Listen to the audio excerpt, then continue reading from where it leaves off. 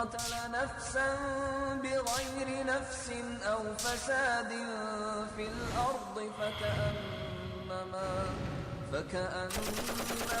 قتل الناس جميعا.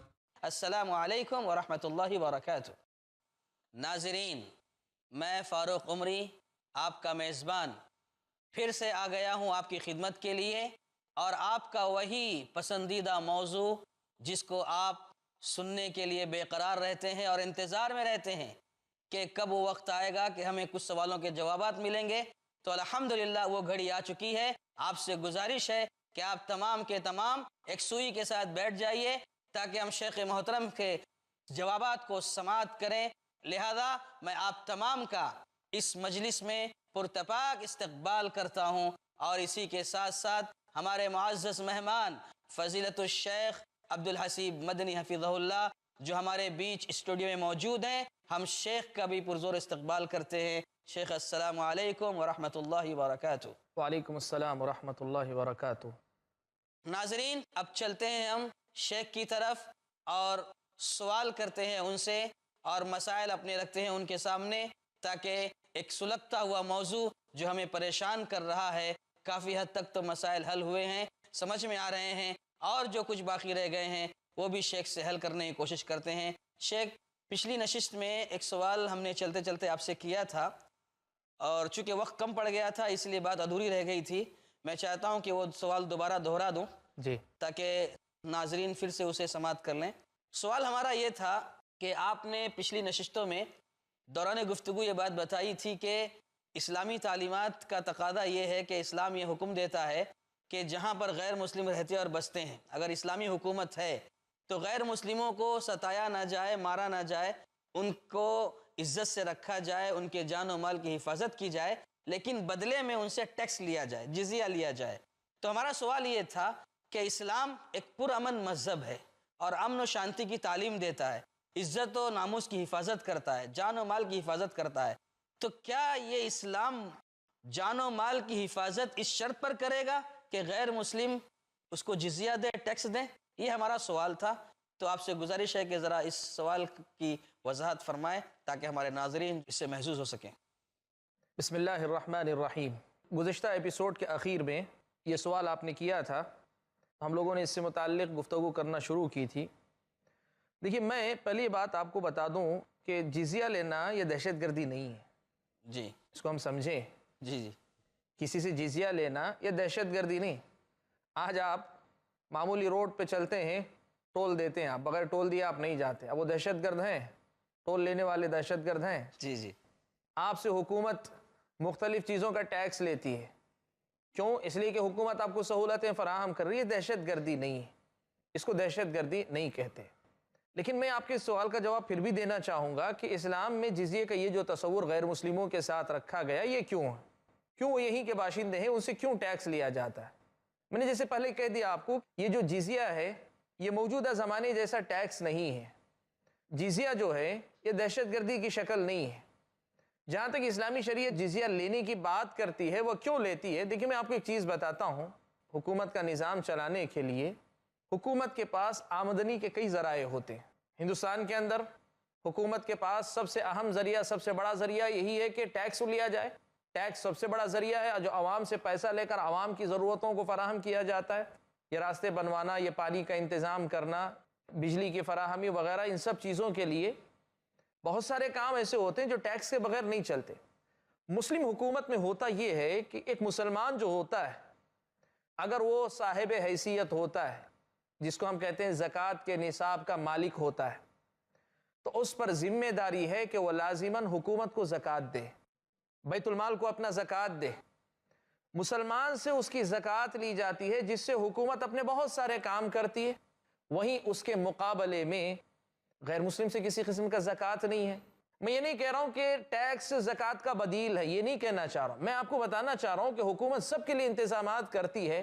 اگر مسلمانوں کی طرف سے زکوٰۃ کی شکل میں ان کو پیسہ مل رہا ہے اور وہ حکومت کے کام چلا رہے ہیں، حکومت کے ذمہ دار یہ پیسہ لے کر کام چلا رہے ہیں، ویسے ہی اگر غیر مسلموں سے پیسہ لے کر، جزیہ لے کر، اگر ان کی اپنی ضرورتوں کا وہ انتظام کرتے ہیں، تو اس میں قباحت کی کیا بات ہے؟ میں آپ کو جی شیخ یہاں رک کر کے غیر مسلموں میں بھی ایسے بہت سارے لوگ ہوں گے، جیسے اپنے آپ نے بات کی زکوٰۃ کی، تو مسلمانوں میں زکوٰۃ ہر ایک پر نہیں ہے، ہر مسلمان زکوٰۃ نہیں دیتا، جو صاحب استطاعت ہوتا ہے وہی زکوٰۃ دیتا ہے۔ اب غیر مسلموں سے جزیہ لینے کی جہاں تک بات ہے تو یہ وضاحت چاہتا ہوں کہ غیر مسلموں میں ہر آدمی تو ایسا نہیں ہوگا جو جزیہ دے سکے۔ دیکھیے بہت اچھا آپ نے جو ہے پہلو، آپ کے سوال سے ایک بڑا اہم پہلو سامنے آیا۔ آپ پہلے یہ معلوم کریں کہ غیر مسلم پر ٹیکس کتنا ہے، جو جزیہ غیر مسلم سے لیا جاتا ہے کتنا جزیہ لیا جاتا ہے۔ ہاں جی، آپ یقین کریں ایک غیر مسلم ایک دن کی کمائی سے پورے سال بھر کا جزیہ ادا کر سکتا ہے، اتنی معمولی رقم یہ غیر مسلم سے لی جاتی ہے۔ یہ کوئی ایسا ٹیکس نہیں جیسے میں نے کہا نا رول میں آپ دیتے ہیں ہر بار گئے تو دو آتے ہوئے دو والا مسئلہ نہیں ہے۔ جو جزیے جزیے کی جو قیمت ہے، آج آپ جانتے آج ہیں وہی تصور ہے شیخ۔ ملک کے اندر، ہمارے اپنے ملک کے اندر ٹیکس کی اتنی شکلیں ہیں، سیل ٹیکس ہے، انکم ٹیکس ہے، سروس ٹیکس ہے، اور پتہ نہیں کتنے قسم کے ٹیکس، اتنے ٹیکس اور پرسنٹیج بھی 35% تک بھی جا سکتا ہے، 10% تک بھی ہو سکتا ہے۔ اس ٹیکس کو آپ ذہن میں رکھ کر اسلامی شریعت کی جزیے کو سمجھنا چاہیں گے، آپ نہیں سمجھ پائیں گے۔ جی جی جی، یہ غیر مسلم پر جو جزیہ اسلامی شریعت نے لاگو کیا ہے، اس کی مقدار جو ہوتی ہے اتنی معمولی ہوتی ہے، میں نے کہا نا کہ ایک دن میں کما کر وہ ادا کر دے سکتا ہے، اتنی معمولی جو ہوتی ہے۔ جی دوسری بات میں بتانا چاہتا ہوں کہ اتنی معمولی سی قیمت یا اتنا معمولی سا جزیہ بھی آپ اگر معلوم کریں گے تو آپ کو تعجب ہوگا۔ حضرت عمر ابن خطاب رضی اللہ تعالیٰ عنہ کے زمانے کا واقعہ میں نے پچھلے ایپیسوڈ کے آخر میں سنایا تھا۔ حضرت عمر نے جی جی، اپنے زمانے میں ایک آدمی کو، ایک انسان کو بھیک مانگتے ہوئے دیکھا۔ پوچھا کیوں؟ کہا میں یہودی ہوں، آپ کے ملک کا باشندہ ہوں، یہودی ہوں، میرے پاس کمانے کی استطاعت نہیں تو اپنا پیٹ بھرنے کے لیے بھیک مانگ رہا ہوں۔ حضرت عمر ابن خطاب رضی اللہ تعالیٰ عنہ نے جب یہ بات سنی تو حضرت عمر نے ایک بات کہا کہ جب یہ آدمی طاقتور تھا تو یہ کما کر اپنا ٹیکس ادا کر کے یہاں جیا کرتا تھا۔ آج اگر یہ اتنا بوڑھا ہو گیا ہے کہ یہ خود اپنی روزی روٹی کا انتظام نہیں کر سکتا، ایک تو اس کا ٹیکس تو معاف ہے ہی، لیکن بیت المال سے اس کی روزی روٹی کا حضرت عمر ابن خطاب رضی اللہ تعالیٰ عنہ نے انتظام کر دیا۔ تو جو بات آپ نے کہی نا کہ کیا ٹیکس کے بغیر، جزیے کے بغیر مسلمانوں کے ملک میں یہ غیر مسلم کی حفاظت نہیں ہو سکتی، ہم نے آپ کو بتایا کہ پہلے آپ سمجھیں کیا ہے۔ میں ہمیشہ یہی بات کہتا ہوں کہ آپ کے سامنے کوئی بات آتی ہے تو اس کی حقیقت کیا ہے سمجھ لیں آپ۔ آج آپ کو ہمارے اپنے ملک کے اتنے سارے ٹیکسز آپ کے سامنے ہیں، آپ سمجھتے ہیں ذمہ دار شہری کی حیثیت سے کہ یہ سارے ٹیکس ادا ہوں گے تبھی حکومت کا نظام چلے گا، آپ اس کو سمجھ رہے ہیں۔ وہی ایک غیر مسلم ملک میں رہتے ہوئے اگر اس سے کہا جاتا ہے جزیہ دو تو آپ کو لگتا ہے یہ مال کے معاملے میں ظلم ہے اس پر۔ میں آپ کو ایک پہلو اور بتانا چاہوں گا، اور میں یہ دعوت دیتا ہوں جو لوگ اس میدان میں دلچسپی رکھتے ہیں ان کو دعوت دیتا ہوں کہ وہ آ کر اس پر ریسرچ کریں، اس پر تحقیق کر کے بتائیں کہ جو غیر مسلم حکومت سے پہلے غیر مسلم اپنی حکومت کے ماتحت رہتے تھے، روم کے عوام رومی فوجوں کے ماتحت، وہاں کے بادشاہ اور حکمرانوں کے ماتحت رہتے تھے، یا پھر ایران کی جو فوجیں تھیں ایرانی حکومت کے ماتحت ان کی اپنی حکومتوں کے تحت رہتی تھی، وہاں کی اپنی عوام وہاں کے اپنے راجاؤں مہاراجاؤں کو کتنا پیسہ دیا کرتے تھے، وہاں کی ان کی اپنی فوجیں جب آتی تھیں یہاں جن علاقوں سے گزرتی، ان علاقے کے لوگوں پہ ذمہ داری تھی، ضروری تھا کہ باقاعدہ ان کی روزی روٹی کا انتظام کریں، ان کے کھانے پینے کا انتظام کریں، ان کے شراب کا انتظام کریں، سب کچھ کریں۔ خود ان کے اپنی حکومتوں میں، ایک غیر مسلم حکومت میں، ایک رومی حکومت میں، ایک ایرانی حکومت میں رہتے ہوئے کس صورتحال سے دوچار تھے، اور اسلامی حکومت میں آنے کے بعد جو جزیہ انہیں دینا پڑتا تھا، ان دونوں کا موازنہ کر کے دیکھیں۔ جو پیسہ بادشاہوں کو دیا کرتے تھے، یا بادشاہوں کی نیابت میں جو گورنر علاقوں پہ ہوتے ان کو دیا کرتے تھے، یا ان کے اپنے ملکوں کی فوجیں ان کے علاقوں سے اگر گزرتی تو فوج کی ضرورتوں کو پورا کرنے کے لیے جو پیسہ، جو سب کچھ یہ لوگ دیا کرتے تھے، اس کے مقابلے میں مسلم حکومت میں رہتے ہوئے جو جزیہ وہ لوگ دیتے تھے، اس جزیے کی حیثیت کیا تھی اگر آپ اندازہ لگا لیں، یقین مانیں کم از کم 10 گنا زیادہ ان کو اپنی حکومتوں کے اندر ادا کرنا پڑتا تھا۔ تو یہ ساری حقیقتیں اصل میں کیا ہے؟ دیکھیے، اسلام اور مسلمانوں کے ساتھ ایک بہت بڑا مسئلہ یہ ہے کہ عصر حاضر میں اسلام کی بڑھتی ہوئی مقبولیت، اسلام کو پھیلتے ہوئے اور تعلیم یافتہ طبقہ اسلام سے متاثر ہو رہا ہے، تو ایک آسان طریقہ کیا ہے؟ لوگوں کو غلط فہمیوں سے دوچار کر دیا جائے، لوگوں کو اس کی شکل بگاڑ کر دکھا دی جائے تاکہ بگڑی شکل دیکھ کر لوگ دور ہی دور ہوتے چلے جائیں، کوئی اس کے قریب نہ آنے پائے۔ اسی کا نتیجہ یہ ہے، اور ہم اسی لیے دعوت دیتے ہیں کہ تم لوگوں کی باتوں پہ نہ جاؤ، تم لوگوں کی باتوں پہ مت جاؤ، تم خود آگے بڑھ کر آؤ اور خود اپنی نظر سے اسے دیکھنے سمجھنے کی کوشش کرو، تمہاری سمجھ میں بات آ جائے گی۔ یہ بالکل وہی صورتحال ہے جو ابتدائی اسلام میں پیارے نبی صلی اللہ علیہ وسلم کے ساتھ پیش آئی تھی۔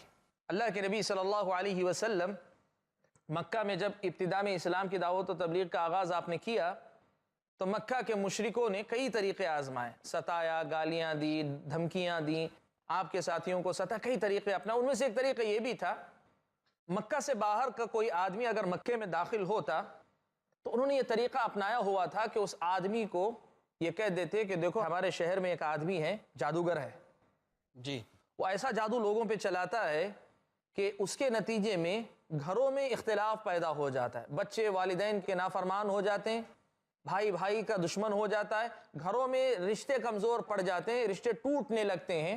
اس لیے اگر تم اپنی حفاظت چاہتے ہو، اپنے گھر بار کی حفاظت چاہتے ہو تو تم اس آدمی کے پاس مت جاؤ، اس جادوگر کی بات نہ سنو۔ طفیل بن عمرو دوسی قبیلہ دوس کے بڑے زبردست سردار اور بڑے زبردست شاعر تھے۔ وہ جب مکہ آئے تو مکہ کے لوگوں نے یہی طریقہ اپنایا۔ ان لوگوں نے کیا کیا؟ یہ کہا کہ طفیل ہم تمہارے خیرخواہ ہیں، ہمارے ہاں ایک آدمی ہے، ہمارے بس کی بات نہیں، ہم نے بہت کوشش کر لی، اب ہم تمہاری ہی بھلائی کر سکتے ہیں، اس کی بات مت سنو، وہ لوگوں کے درمیان اختلاف پیدا کرتا ہے، لڑائی پیدا کر دیتا ہے، لہٰذا تم اپنے آپ کو اس سے بچا لو۔ یہ طفیل بن عمرو دوسی کے ساتھ بھی ہوا۔ طفیل گئے اور جا کر انہوں نے پہلے تو اپنے کان میں روئی یا اپنے کان بند کر لیے کسی چیز سے اور یہ طے کر لیا کہ نہیں سنوں گا۔ پھر ان کو خیال آیا، اور میں یہ بات اپنے ناظرین سے میں کہنا چاہ رہا ہوں، دیکھیے کہ طفیل بن عمرو دوسی کا جو واقعہ ہے یہ آج کے ان حالات میں ہمارے اور آپ کے لیے بڑا رہنما واقعہ ہے۔ طفیل بن عمرو دوسی نے کیا کیا؟ انہوں نے کہا کہ بھئی میں خود ایک شاعر ہوں اور میں سمجھتا ہوں شاعر کی بات کیا ہوتی ہے، کاہن کی بات کیا ہوتی ہے، جادوگر کی بات مجھے تمیز آتی ہے، میں ذرا سن کر تو دیکھوں آخر کیا کہتا ہے۔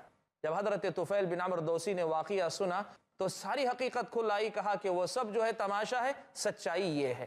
تو بالکل وہی بات میں یہاں کہنا چاہ رہا ہوں کہ ہماری دعوت یہ ہے کہ کوئی بھی مسئلہ، آپ نے کئی مسائل اٹھائے، کوئی بھی مسئلہ ہو ہم دعوت دیتے ہیں، لوگوں کی باتوں پہ نہ جاؤ، لوگوں کے تبصرے پہ نہ جاؤ، خود آؤ اور آ کر تھوڑی سی محنت کرو، حقیقت تمہارے سامنے کھل کر آ جائے گی۔ جزاکم اللہ شیخ، بہت بہت شکریہ، آپ نے ماشاءاللہ بہت ہی اچھے اور پیارے انداز میں آپ نے سوال کا جواب دیا۔ اللہ آپ کو جزائے خیر عطا فرمائے۔ لیکن اب وقت ہو چکا ہے ایک بریک کا، وقفے کا۔ ہمارے پاس ایک سوال اور ہے، انشاءاللہ بریک کے بعد شیخ آپ سے سوال کریں گے۔ ناظرین، کیونکہ وقت ہو چکا ہے وقفے کا، ابھی اور کچھ سوالات ہیں جو ہمیں شیخ محترم سے کرنے ہیں، لہذا آپ تمام سے گزارش ہے کہ آپ تھوڑا دیر ویٹ کریں، انتظار کریں، انشاءاللہ وقفے کے بعد ہم فوراً آپ سے ملاقات کریں گے۔ تب تک کے لیے رخصت چاہتے ہیں۔ السلام علیکم ورحمۃ اللہ وبرکاتہ۔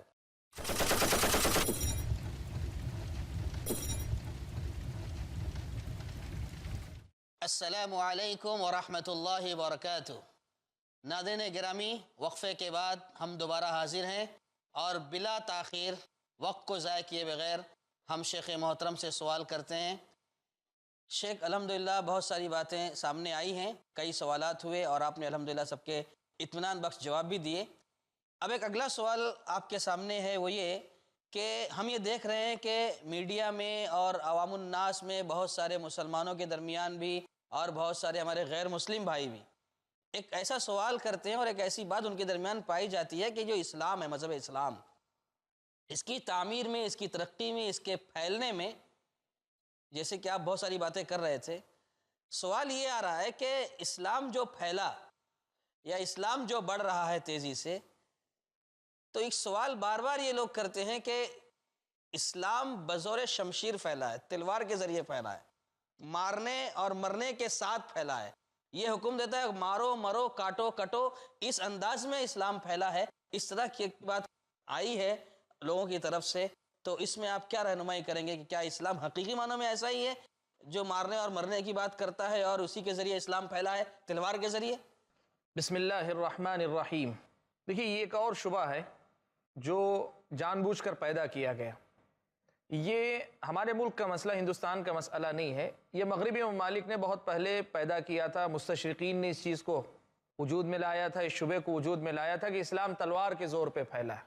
لیکن میں سمجھتا ہوں کہ آج اس حقیقت کو جاننے والے بہت سارے لوگ ہیں جو مانتے ہیں کہ اسلام تلوار کے زور پہ نہیں پھیلا۔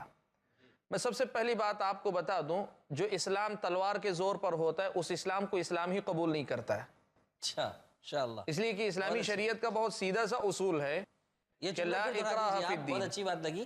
میں نے کہا کہ جو اسلام تلوار کے زور پہ قبول کروایا جائے اس اسلام کو خود اسلام قبول نہیں کرتا ہے، ماشاءاللہ، اس لیے کہ اسلامی شریعت کا اصول یہ ہے کہ آدمی جو اسلام قبول کرتا ہے اسے دل سے مان کر زبان سے اقرار کرنا اور اس کے مطابق عمل کرنے کا نام اسلام ہے۔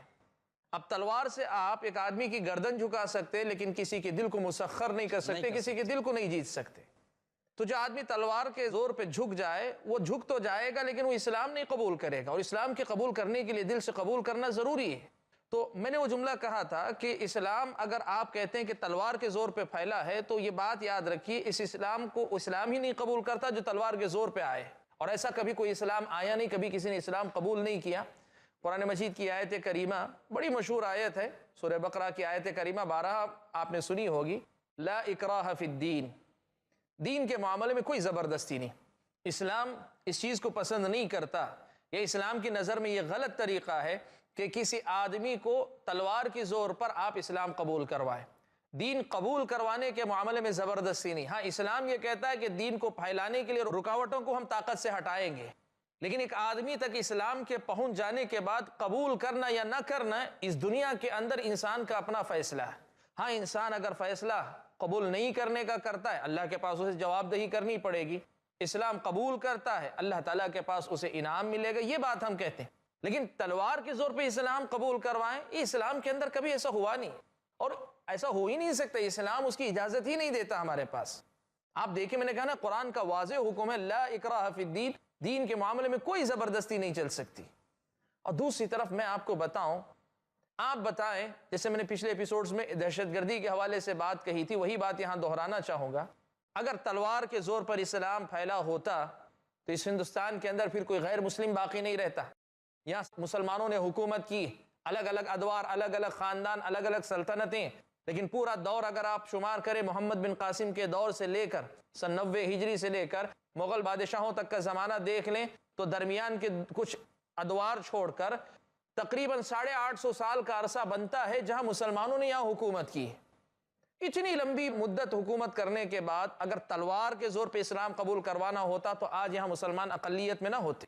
تو آپ اس حقیقت کو دیکھیں کہ یہ جو جملہ کہا جاتا ہے اسلام تلوار کے زور پہ پھیلا ہے، بلکہ ایک مستشرق نے یہ کہا کہ اسلام نے، شیخ بات کاٹ کر کہہ رہا ہوں، لفظ مستشرق جو استعمال کر رہے ہیں شاید ناظرین ہمارے یہ لفظ تھوڑا سمجھنے میں تنگی محسوس کریں گے، حرج محسوس کریں گے۔ مستشرق کہتے ہیں جن کو آپ انگریزی میں اورینٹلسٹ کہتے ہیں، مطلب یہ کہ وہ لوگ یورپ، امریکہ یا اس سے پہلے ہالینڈ وغیرہ کے مغربی ممالک کے وہ لوگ جنہوں نے مشرقی علوم سے دلچسپی لی، خاص طور پہ اسلام کے بارے میں دلچسپی لی اور اپنی اپنی تحقیقات لکھی، تو انہوں نے جو ہے یہ بات پھیلائی کہ اسلام تلوار کے زور پہ پھیلا ہے۔ ایک مستشرق نے ایک بات کہا کہ مسلمانوں کے ایک ہاتھ میں تلوار دے دی، دوسرے ہاتھ میں قرآن دے دیا اور کہا کہ جاؤ جا کے دنیا پہ حکومت کرو۔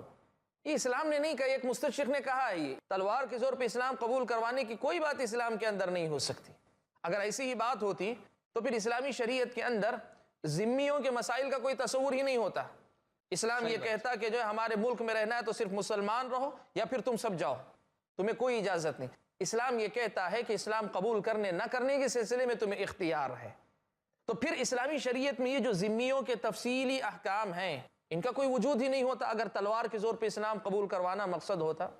اور آپ دیکھیں تاریخ میں کتنی ایسی واقعات آپ کو چاہیے، شاعر نے بڑی اچھی بات کہی، ظالم سے لیا ظلم کا بدلہ نہ کسی وقت، مارا بھی تو اخلاق کی تلوار سے مارا۔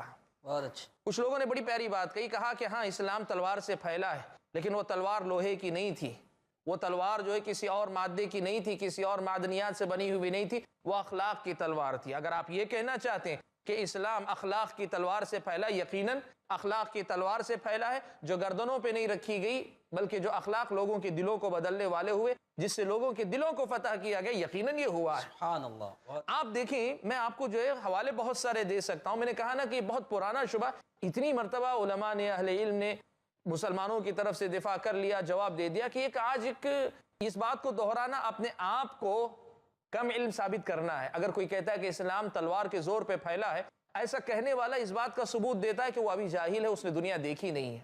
آپ کو پتا ہے ملک کتنے ہیں جہاں مسلمانوں کی فوجیں گئی؟ اس وقت پوری دنیا میں سب سے بڑی مسلم آبادی والا ملک کون سا ہے؟ مسلم آبادی والا ملک انڈونیشیا ہے۔ انڈونیشیا کی پوری ہسٹری پڑھ کر دیکھ لیں، وہاں کبھی کوئی مسلم فوج داخل نہیں ہوئی، کبھی کوئی مسلم فوج وہاں داخل نہیں ہوئی انڈونیشیا کے اندر۔ لیکن انڈونیشیا ایک ایسا ملک ہے جہاں کی اکثریت مسلمان ہے، یا مسلم اکثریتی ملک ہے۔ وہاں کون سی تلوار گئی تھی ان کو بدلنے کے لیے؟ کون سی تلوار وہاں گئی تھی ان کو فتح کرنے کے لیے؟ اور میں آپ کو ایک چیز اور بتاتا ہوں، آج مغربی دنیا کے اندر، آج تو ہم دیکھ رہے ہیں، چھوڑیے پرانی باتیں، آج کی بات کریں، نئی باتیں، تازہ باتیں کریں۔ آج آپ بتائیں یورپ اور امریکہ میں آج یہ صورتحال ہے، لوگوں کے اندازے ہیں کہ مستقبل قریب میں یورپ، UK کا سب سے بڑا مذہب اسلام بن جائے گا، یورپ کا سب سے بڑا مذہب اسلام بن جائے گا، یعنی یہاں کی اکثریت مسلمان ہو جائے گی۔ ورلڈ ٹریڈ سینٹر کے حادثے کے بعد سے اسلام قبول کرنے کا ایک ایسا سلسلہ امریکہ میں چلا ہے اور UK میں چلا ہے، ایسی صورتحال ہے کہ لوگ بڑی تیزی سے اسلام قبول کرتے جا رہے ہیں۔ ان کے گردنوں پہ کون سی تلوار ہے؟ اگر آپ واقعات کو سامنے رکھ کر دیکھیں گے تو اصل میں کیا ہے، میں پھر وہی بات دہراؤں گا کہ کچھ لوگوں نے اسلام اور مسلمانوں کو لے کر بدنام کرنے کا ایک ایسا ماحول گرم کر کے رکھا ہے کہ وہ لوگ ایسی باتیں پھیلا دیتے اور ان کو لگتا ہے کہ اس سے ان کو ان کا مقصد حاصل ہو جائے گا، وہ اسلام سے روکنے میں کامیاب ہو جائیں گے۔ نہیں، ایسا کبھی نہیں ہو سکتا۔ دیکھیے ایک چیز یاد رکھیے، آپ ایک چیز یاد رکھیے، یہ بات بڑی بے وزن ہے۔ آج اگر کوئی کہتا ہے کہ اسلام تلوار کے زور پہ پھیلا ہے، آج میں دعوت دیتا ہوں ان مستشرقین کی تحریروں کو پڑھنے کی، مغرب کے وہ علماء، ویسٹرن کنٹریز کے وہ مفکرین جنہوں نے انصاف کے ساتھ اسلام کا مطالعہ کیا، پیغمبر اسلام کی زندگی کا مطالعہ کیا، قرآن کے بارے میں انہوں نے جو کمنٹس لکھے ہیں اور محمد صلی اللہ علیہ وسلم کے بارے میں جو باتیں انہوں نے لکھی ہیں، اسلام سے متعلق جو ان کے تبصرے ہیں، آپ یہ سب چیزیں اگر پڑھتے جائیے، جس مغرب سے یہ شبہ نکل کے آیا ہے، وہی مغرب اور اسی مغرب کے جو مفکرین ہیں انہوں نے اس کی تردید کر دی، اور ان کی نظر میں، وہاں مغرب کے جو اپنے مفکرین، ان کی نظر میں آج کے دور کی بہت بڑی بیوقوفی ہے اگر کوئی یہ کہتا ہے کہ اسلام تلوار کے زور پہ پھیلا ہے۔ ہم چاہتے ہیں یہ بات کہ آپ جو ہے پڑھیں، آپ دیکھیں یہ ساری چیزیں۔ تو میں یہ بات آپ کے سامنے رکھ رہا ہوں کہ یہ جو شبہ ہے، آپ نے جو ذکر کیا، ایک مرتبہ پھر وہی شبہ، پھر وہی بات آئے گی کہ لوگوں نے کیا کیا ہے کہ کچھ سطحی باتیں، کچھ ادھر ادھر کی باتیں، کچھ دوسرے لوگوں کے چبائے ہوئے لقمے، اس کو نگلنے کی عادت ہم نے ڈال لی ہے، تو پھر ہوگا کیا؟ مشکل ہوگی۔ دیکھیے ہم نے کافی باتیں کی، آپ نے شبہات کافی پیش کیے، میں ایک ایک شبہ کا میں نے جواب دینے کی کوشش کی۔ ابھی بھی شبہات بہت سارے ہو سکتے ہیں، بہت سارے شبہات ہو سکتے ہیں اور ان کے جوابات کا ایک سلسلہ چل سکتا ہے، لیکن میں شبہات کا جواب دیتے رہنے کے بجائے آپ کے سامنے ایک بہت اہم بات رکھنا چاہتا ہوں، وہ یہ ہے، دیکھیے آپ اس بات کا خیال رکھیے، یہ بہت آسان ہے کہ آپ ایک الزام لگا دیں، یہ بہت مشکل ہے کہ اس الزام کی آپ صفائی کریں، اس لیے کہ دنیا میں ہمیشہ کیا ہوتی ہے، تخریب بہت آسان ہوتی ہے، تعمیر ہمیشہ مشکل ہوتی ہے۔ آپ یقین مانیں یہ لوگوں کی غیر ذمہ دارانہ حرکتیں ہیں۔ میں اسے اسلام کے دفاع سے ہٹ کر ایک عام دنیا کے حیثیت سے میں بات کرنا چاہتا ہوں۔ جو لوگ اس قسم کی غلط فہمیاں پھیلاتے ہیں کسی کے متعلق بھی، فرض کر لیجئے کوئی مسلمان بھی کسی غیر مسلم کے متعلق غلط بیانی کرتا ہے، اس کے نتیجے میں غلط فہمی عام کرتا ہے، سب کے لیے اس بات کی دعوت ہے کہ اس سماج کے اندر یہ صورتحال ہونی چاہیے کہ ان کے اس کام کو جرم گردانا جائے، بے بنیاد باتیں کرنے والوں کو مجرم گردانا جائے، تاکہ اس تخریب کے نتیجے میں پھر تعمیر پہ جو محنت لگتی ہے وہ انسانیت کی تعمیر پہ لگ سکتی تھی، لیکن ان کی تخریب کے نتیجے میں وہ تعمیر پہ اتنی محنت کرنی پڑی۔ ایسا کوئی معاملہ ہونا چاہیے کہ بات کرو تو سیدھی بات کرو ورنہ خاموش رہو۔ پیارے نبی صلی اللہ علیہ وسلم کی حدیث میں سناؤ کہ من کان یؤمن باللہ والیوم الآخر فلیقل خیرا او لیصمت، یہ مسلمانوں کو اللہ کے نبی نے ادب سکھایا ہے کہ بولو تو صحیح بولو یا پھر خاموشی اختیار کرو۔ تو شبہات کے سلسلے میں یہی بات کہنا چاہتا ہوں کہ اگر آپ شبہات کا سلسلہ لیں گے بڑے لمبے سلسلے تک آپ جائیں گے، لیکن بات وہیں گھوم کر آئے گی کہ پھر وہی چند غلط فہمیاں، پھر وہی خود غلط تفسیریں، پھر وہی کچھ غلط انداز سے بات کو سمجھنا، اور نہ حقیقت آج تک کوئی اسلام کی کسی ایسے مسئلے کو سامنے نہ لا سکا جو دہشت گردی ہو، جو انسانیت کے لیے زبردستی ہو، ظلم ہو، ایسی کوئی بات آپ کو نہیں ملے گی۔ جزاکم اللہ شیخ، بہت بہت شکریہ، ماشاءاللہ آپ نے بہت ہی کھل کر اور اچھے انداز میں باتیں کی، اور آخری جملہ جو آپ نے کہا، آخری بات، ناظرین ہم سب کے لیے بہت بڑا سبق ہے کہ شیخ محترم نے جیسا کہ کہا کہ تخریب کرنا، بگاڑنا تو بہت آسان ہے، لیکن جب تعمیر کی بات آتی ہے تو ہمیشہ دشواریاں پیش آتی ہے، اس لیے انصاف کا تقاضا یہی ہے کہ ہر چیز کو سمجھ کر اس کا جو صحیح مقام ہے وہ مقام دیا جائے۔ ناظرین وقت ہمارے پاس نہیں ہے، وقت ختم ہو چکا ہے، بس ہم یہ بتانا چاہ رہے ہیں کہ کیا اسلام میں دہشت گردی کی کوئی جگہ ہے؟ اس مسئلے پر کافی تفصیل سے باتیں آ چکی اور کافی سوالات بھی ہمارے سامنے آئے، اور سارے سوالوں کے جوابات الحمدللہ شیخ محترم نے بڑے ہی اطمینان کے ساتھ دیے ہیں۔ اب انشاءاللہ اگلی نشستوں میں ہم شیخ محترم سے یہ سوال کریں گے کہ اب تک تو بات اسلام کے حوالے سے ہو رہی تھی کہ کیا اسلام دہشت گردی کی تعلیم دیتا ہے یا اسلام میں دہشت گردی کا کوئی رول اور کردار ہے؟ اب آگے ہماری بات ہوگی مسلمانوں کے تعلق سے۔ اگر اسلام دہشت گرد نہیں ہے تو اس کا مطلب یہ ہوا جو آج ماحول ہے، کیا مسلمان دہشت گرد ہوتا ہے؟ اس طرح کی بات انشاءاللہ اگلے نشستوں میں انشاءاللہ تفصیل کے ساتھ آنے والی ہے۔ لہذا حاضرین ناظرین آپ تمام سے گزارش ہے کہ اس ایپیسوڈ کو، ہمارے اس پروگرام کو آتنکواد کا ویرودھ، اسے آپ جس طرح سن رہے ہیں اسی طرح دلچسپی کے ساتھ سنتے رہیں، انشاءاللہ بہت ساری تفصیلات ملیں گی، اور آپ عوام الناس میں جہاں کہیں بھی جائیں گے انشاءاللہ اطمینان کے ساتھ لوگوں کے سوالوں کے جواب دے سکتے ہیں۔ ہم آپ سے رخصت چاہتے ہیں۔ السلام علیکم ورحمۃ اللہ وبرکاتہ۔ من أجل ذلك كتبنا على بني إسرائيل أنه من قتل نفسا بغير نفس أو فساد في الأرض فكأنما قتل الناس جميعا ومن أحياها فكأنما